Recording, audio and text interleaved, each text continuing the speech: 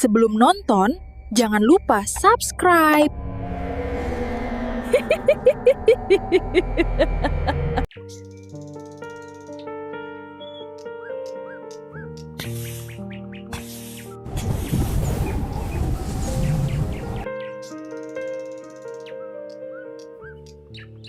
Pak Warsa, kerja yang bener dong. Sepatu saya ini harganya lebih mahal dari gaji kamu setahun. Maaf Nyonya, anginnya kencam sekali. Di balik kemegahan tembok ini, kesombongan sedang memupuk duri. Mereka lupa, tanah yang mereka injak bisa berbalik menelan siapa saja.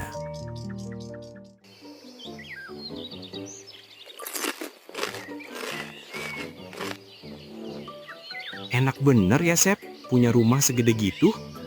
Harta hanya titipan, Lang. Yang penting bukanlah seberapa banyak yang kita miliki, tetapi seberapa banyak barokah yang ada dari apa yang kita miliki. Wih, keren banget lu, Sep.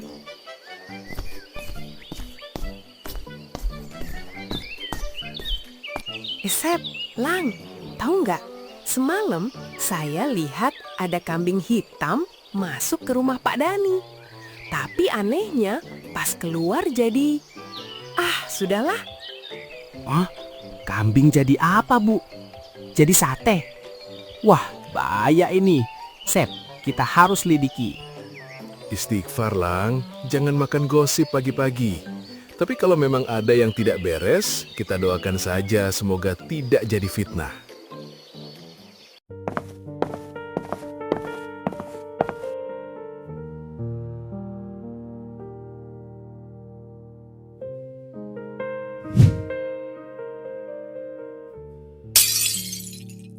Risma, kamu sudah kerja berapa lama di sini?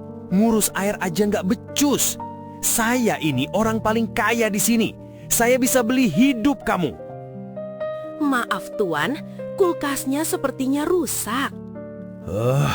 Aku jadi nggak nafsu makan kalau begini.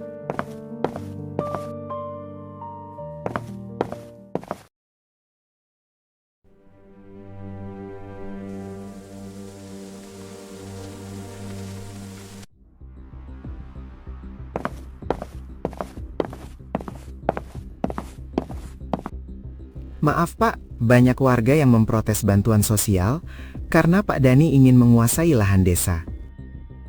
Apa-apaan ini? Seenaknya saja dia. Saya tidak peduli seberapa banyak uang dia. Di desa ini aturan adalah aturan. Dani harus sadar dia tinggal di masyarakat, bukan di hutan. Masalahnya Pak Dani mulai menekan warga. Katanya kalau tidak setuju, bantuan bisa nyasar ke orang lain.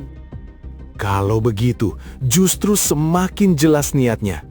Bantuan itu hak warga, bukan alat tawar-menawar. Warga sudah takut, Pak.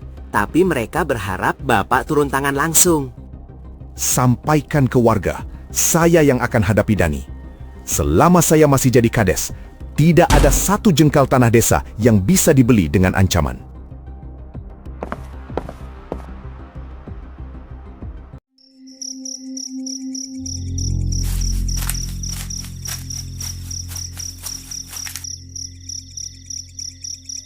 Sep, tenang aja. Kalau ada setan, biar urusan gue. Gue kan? Aduh, Sep, pegangin tangan gue. Ini gemetarnya nggak bisa berhenti. Katanya pemberani. Baca ayat kursi, bukan malah pegangan baju saya. Lah, serius Sep, tangan gue gerak sendiri. Itu bukan gerak sendiri, Lang. Itu refleks orang penakut tingkat dewa. Penakut apaan? Ini namanya insting bertahan hidup. Kenapa pagar ini dingin banget sih? Lang, dari tadi pagar besinya nggak ada. Yang kamu pegang itu tangan. Bercanda kamu, Sep. Tangan siapa coba? Tangan saya, Mas. Dari tadi dipegang, kok nggak dilepas-lepas? Wah, Asep, tolong!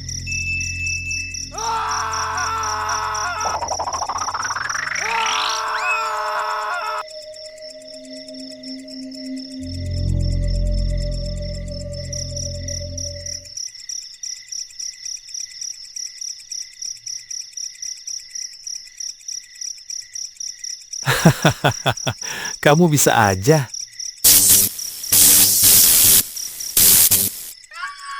Mas, itu suara siapa? Pak Warsa, Risma? Pintu azab mulai terbuka. Ketika harta dianggap Tuhan, maka kegelapan akan datang menagih hutang.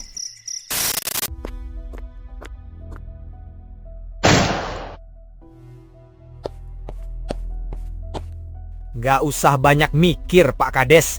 Tanda tangani surat pengalihan lahan desa itu. Saya mau buat gudang distribusi pribadi di sana. Pak Dani, kemarin saya sudah tegaskan, itu lahan milik desa, tempat warga mencari nafkah. Anda tidak bisa seenaknya. Nih ambil. Itu cukup buat kamu naik haji 5 kali. Jangan sok suci. Orang kecil kayak kamu itu butuh uang, bukan butuh prinsip. Pak Dani, harta yang didapat dengan menindas orang lain tidak akan pernah membawa ketenangan. Ingat, ada mata yang tidak pernah tidur melihat perbuatan Anda.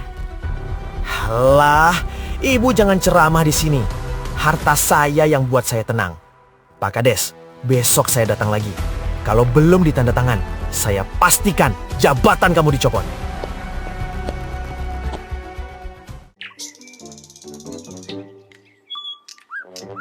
Gimana Bu Marni? Masih belum ketemu si Oyennya? Belum, Lang. Ibu khawatir. Tadi malam ibu lihat Oyen lari ke arah belakang rumah Pak Dani. Terus kedengeran suara ngeong kenceng banget.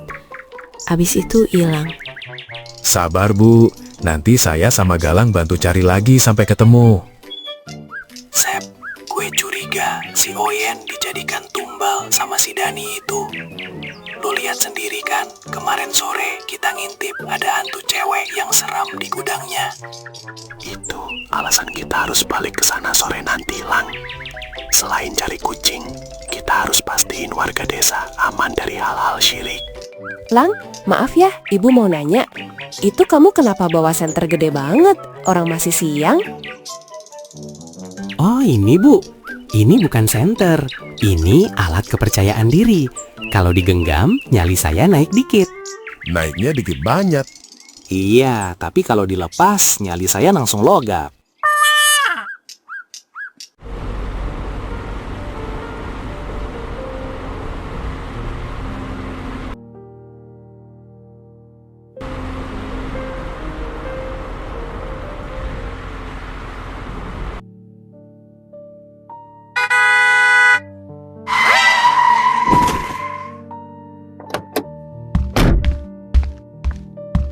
Aduh Mas, lihat tuh, baju aku jadi kena debu gara-gara orang tua ini.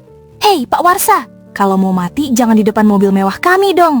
Lecet dikit mobil ini, nyawa kamu nggak cukup buat ganti. Maafnya, kaki saya tiba-tiba kram. Halah, alasan. Risma, keluar kamu. Seret suami kamu ini ke pinggir. Saya mau lewat. Dan kalian jangan malu-maluin saya di depan tetangga.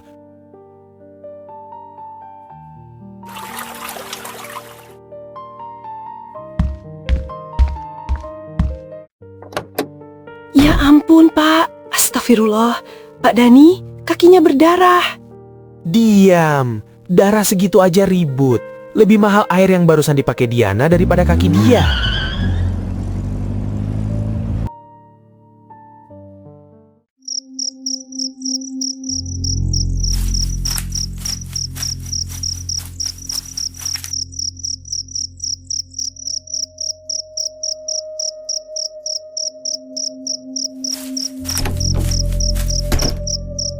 Sep, itu apaan? Kok Pak Dani bawa ayam cemani ke gudang bawah tanah? Astagfirullah. Lang, itu ritual pesugihan. Pantesan hartanya nggak masuk akal. Tuh kan, si Oyen Bu Marni jangan-jangan udah jadi sate tumbal. Gue harus labrak, Sep. Jangan. Sebaiknya kita pergi dari sini.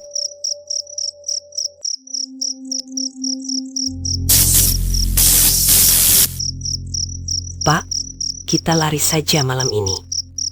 Saya nggak kuat lihat Tuan Dani tiap malam bicara sama tembok. Jangan, Bu. Utang kita ke dia banyak. Kalau kita lari, dia bisa lapor polisi. Atau lebih parah, dia pakai dukunnya buat nyari kita.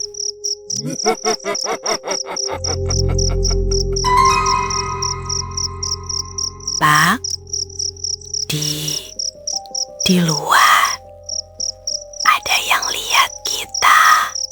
Jangan lihat, Bu. Kalau itu kiriman, makin kita takut, makin dia kuat. Kalau bukan kiriman, Pak, jangan-jangan itu yang selama ini diajak Tuan Dani bicara.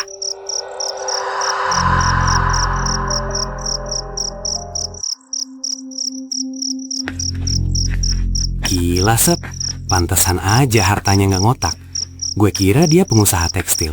Soalnya sering keluar kota gitu. Taunya dia melakukan pesugihan.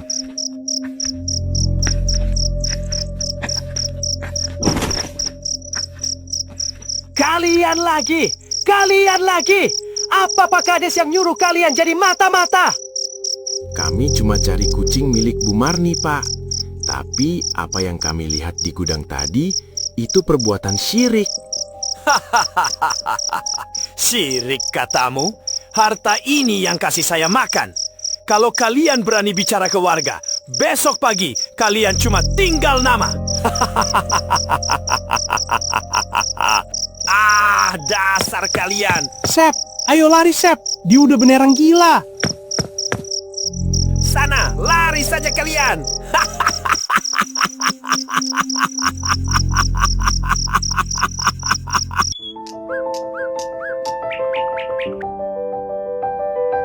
Sep, Lang, Bapak sudah dengar cerita kalian soal gudang itu. Tapi tolong kalian mengerti posisi Bapak. Tanpa bukti fisik, kita tidak bisa asal lapor polisi hanya karena terasa hawa tidak enak. Bukan cuma hawa, Pak Kades. Saya lihat dengan mata kepala sendiri, Pak Dani bawa ayam cemani dan golok ke bawah tanah. Itu bukan cara orang normal cari nafkah. Betul, Pak. Dan kucing Bu Marni, saya yakin sudah jadi korban. Masa kita harus nunggu ada warga yang hilang, baru Bapak bertindak? Hati-hati bicaramu, Lang. Pak Dani itu donatur terbesar pembangunan jembatan tahun lalu. Tapi, Bapak juga merasa ada yang aneh. Sejak dia kaya, warga kita sering sakit-sakitan mendadak. Harta yang tidak berkah itu seperti api, Pak Kades. Dia menerangi rumahnya, tapi membakar sekelilingnya. Kalian tahu sendiri, mengurus desa itu bukan cuma soal administrasi, tapi menjaga ketenangan. Pak Dani itu donatur tetap. Kalau saya salah langkah, warga juga yang rugi. Tapi Pak Kades, donasi dia itu kayak uang tutup mulut. Saya curiga aspal jalan yang dia banggain itu campurannya pakai tanah kuburan. Auranya gelap banget. Benar, Pak. Kami tidak ingin membuat gaduh. Tapi keresahan warga sudah memuncak. Bu Marni sudah menangis tiap malam karena hewan ternaknya habis tanpa bekas. Apa kalian punya bukti foto atau rekaman? Zaman sekarang, kesaksian mata saja tidak cukup kuat untuk menyeret orang kaya ke jalur hukum. Hukum manusia mungkin butuh bukti kertas, tapi hukum alam hanya butuh waktu, Pak. Kami kesini supaya Bapak bisa ambil tindakan sebelum ada warga yang jadi korban fisik. Beri saya waktu 2 hari. Saya akan coba panggil Pak Dani ke sini untuk tabayun. Tapi saya minta kalian jangan melakukan tindakan ceroboh. 2 hari? Keburu saya jadi sate tuyul, Pak. Tapi ya sudahlah, kita ikuti prosedur Bapak dulu.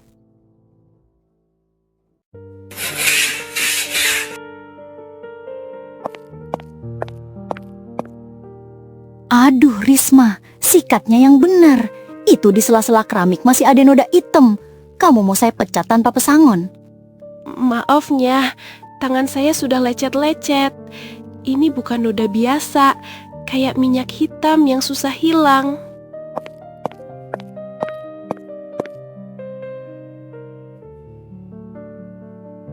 Itu bukan minyak, Risma. Itu darah kotor hasil perbuatan majikanmu yang gak benar. Hati-hati kamu tinggal di situ. Marni, mulut kamu itu lebih kotor dari comberan ya. Iri bilang bos, kamu gak mampu beli sabun mahal kayak saya kan? Buat apa sabun mahal kalau baunya tetap bau bangkai? Coba kamu cium rumah kamu sendiri, Diana. baunya amis. Kurang ajar. Risma, ambil ember, guyur perempuan ini. Biar dia tahu mana air mewah, mana air kotor. Maafnya, saya tidak berani. Bu Marni itu tetangga kita. Oh, kamu mulai membangkang ya? Oke, malam ini kamu tidur di gudang belakang. Jangan masuk ke kamar pembantu. Kesombongan yang melangit seringkali lupa bahwa di bawah tanah ada yang sedang menunggu waktu untuk menagih janji. Sabar, sabar. Besok saya kasih lagi. Jangan ganggu saya dulu. Uang ini kurang. Saya akan beli tanah lagi. Saya akan buat kalian kenyang.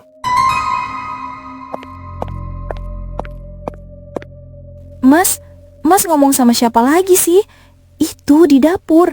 Si Risma pingsan lagi. Katanya lihat guling putih di balik jendela. Diam kamu! Risma itu cuma lebay. Kalau dia berisik, potong lidahnya. Jangan sampai urusan kita terganggu karena babu nggak guna. Tenang, uangnya sedang jalan. Semua lahan desa akan jadi milik kita. Kamu mau apa lagi? Darah. Nanti saya carikan yang lebih segar. Mas Dani, kamu dengar aku nggak sih? Aku ini istrimu, bukan pajangan. Kamu makin hari makin aneh, jarang mandi, rambut berantakan. Kamu nggak lihat mereka, Diana? Mereka sedang duduk di sebelahmu. Mereka lapar. Mereka mau hidangan yang lebih banyak lagi. Mas, jangan nakut-nakutin aku. Di sini cuma ada kita berdua. Jangan-jangan kamu beneran gila ya? Gila? Gila nggak punya deposito miliaran. Orang gila nggak punya mobil mewah. Saya ini jenius. Saya tahu cara instan menguasai dunia ini. Tapi Mas, si Risma bilang dia lihat pocong di dapur. Aku juga mulai ngerasa ada yang narik-narik kakiku kalau lagi tidur. Itu cuma gangguan kecil untuk kekayaan besar. Kalau kamu takut, pergi sana ke mall. Beli tas baru. Jangan ganggu ritual saya.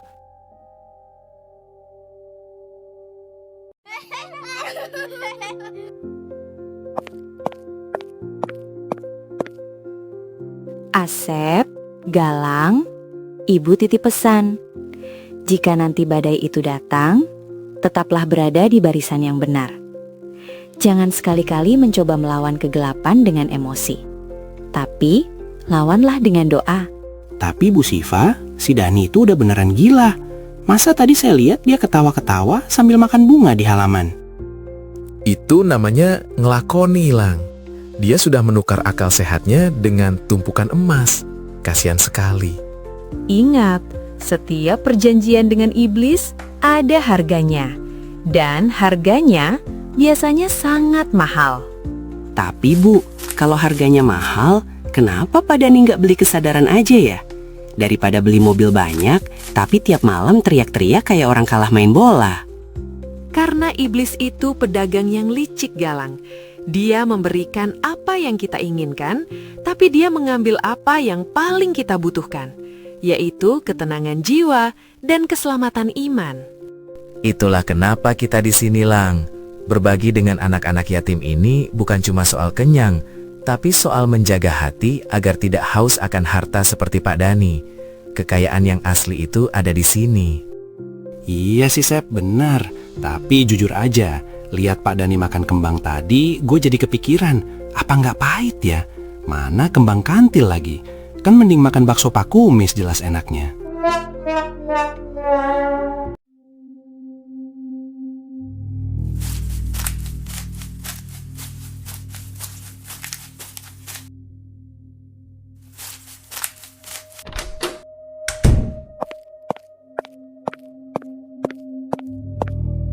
Nih, makan. Berikan saya kemewahan lagi. Saya mau jadi orang terkaya seprovinsi. Sep, lihat itu. Di belakang Pak Dani ada bayangan sosok pocong serem banget. Badannya mendekat seperti mau menggigit Pak Dani. Astagfirullah. Lang, rekam itu. Kita harus lapor Pak Kades sekarang. Ay, ay, ay,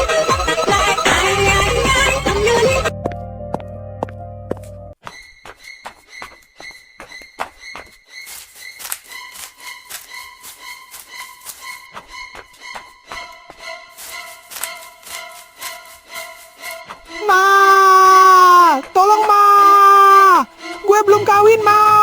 Jangan sembelih gue. Lari ke arah masjid, Lang. Jangan nengok belakang. Kalian tidak akan bisa lari. Nyawa kalian adalah bayarannya.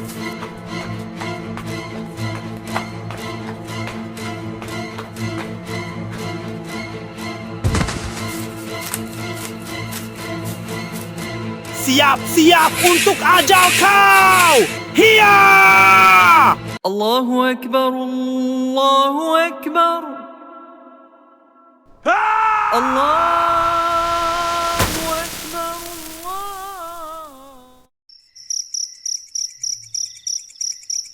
Sep, gue masih hidup.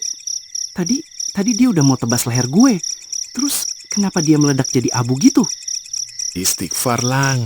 Itu tadi bukan Pak Dani. Itu makhluk yang menyerupai dia. Azan itu pelindung kita. Sesuatu yang palsu tidak akan tahan mendengar asma Allah. Hah? Jadi Pak Dani yang asli di mana? Jangan-jangan dia lagi santai sambil makan durian sementara kita hampir mati. Ayo, Lang.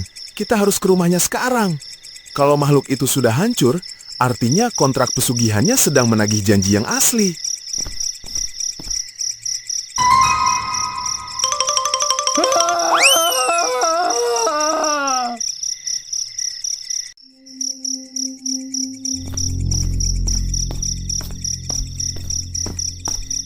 Asep, Galang, kalian tidak apa-apa. Tadi Bapak dengar suara teriakan dari arah hutan. Aman Pak Kades, cuma hampir jadi tumbal dikit. Itu Pak Dani di mana? Rumahnya kok kayak mau roboh gitu. Bapak sudah coba panggil dari tadi, tapi tidak ada jawaban. Malah suara tawa di dalam itu makin kencang. Suaranya bukan suara manusia, Asep. Tadi saya lihat Bu Diana lari keluar rumah sambil teriak-teriak gila. Wajahnya penuh kelabang. Saya nggak berani mendekat. Iya, Sep. Tadi saya lihat dari celah jendela, kursi-kursi di ruang tamunya terbang sendiri. Demi Allah, saya belum pernah lihat rumah semegah ini jadi kayak sarang iblis dalam sekejap. Tuh kan, apa saya bilang Pak Kades? Pak Dani itu bukan piara tuyul lagi. Kayaknya dia udah piara bosnya tuyul. Lihat tuh, lampunya kedap-kedip kayak mau meledak. Pak Kades, kita harus masuk. Pak Dani dalam bahaya besar, bukan dari manusia, tapi dari apa yang dia sembah sendiri. Itu tanda kontraknya sudah habis, Pak. Makhluk itu sudah tidak butuh sembunyi lagi. Pak Kades, tolong jaga warga jangan ada yang mendekat lebih dari pagar ini. Biar saya dan Galang yang masuk ke dalam.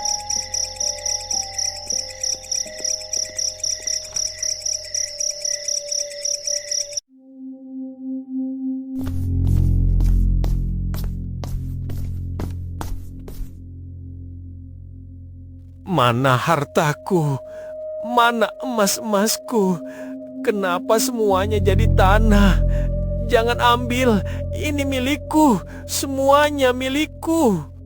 Pak Dani, sadar Pak. Lihat sekeliling Anda. Tidak ada emas di sini.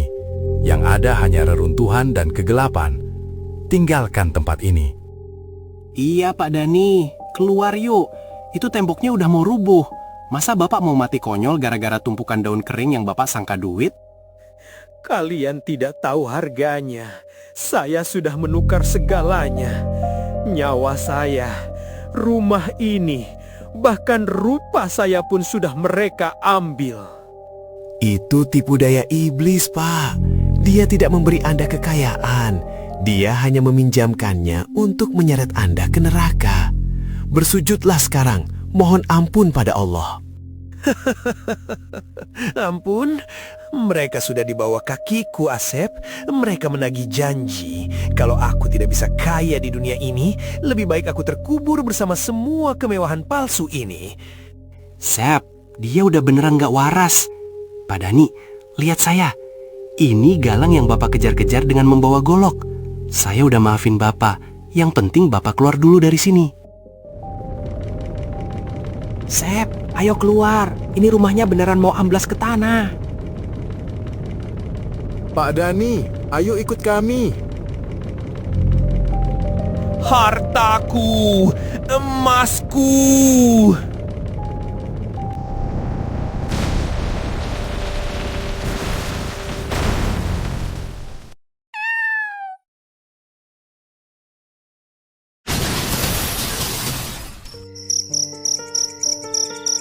Kalian lihatlah, inilah azab bagi mereka yang sombong dan menduakan Tuhan demi harta. Semuanya kembali jadi tanah. Serem banget ya, Bu.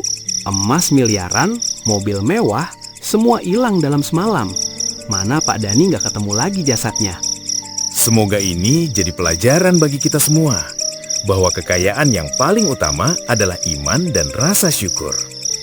Lahan ini akan saya jadikan masjid dan madrasah seperti rencana awal. Semoga tanah ini bisa kembali suci.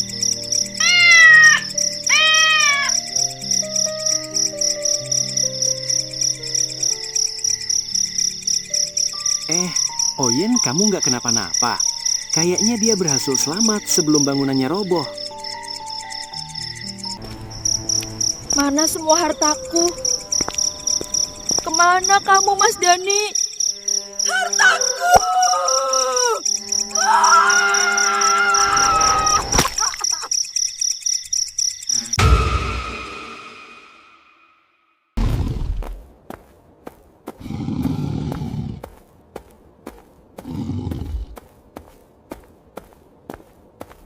Terima kasih sudah menonton.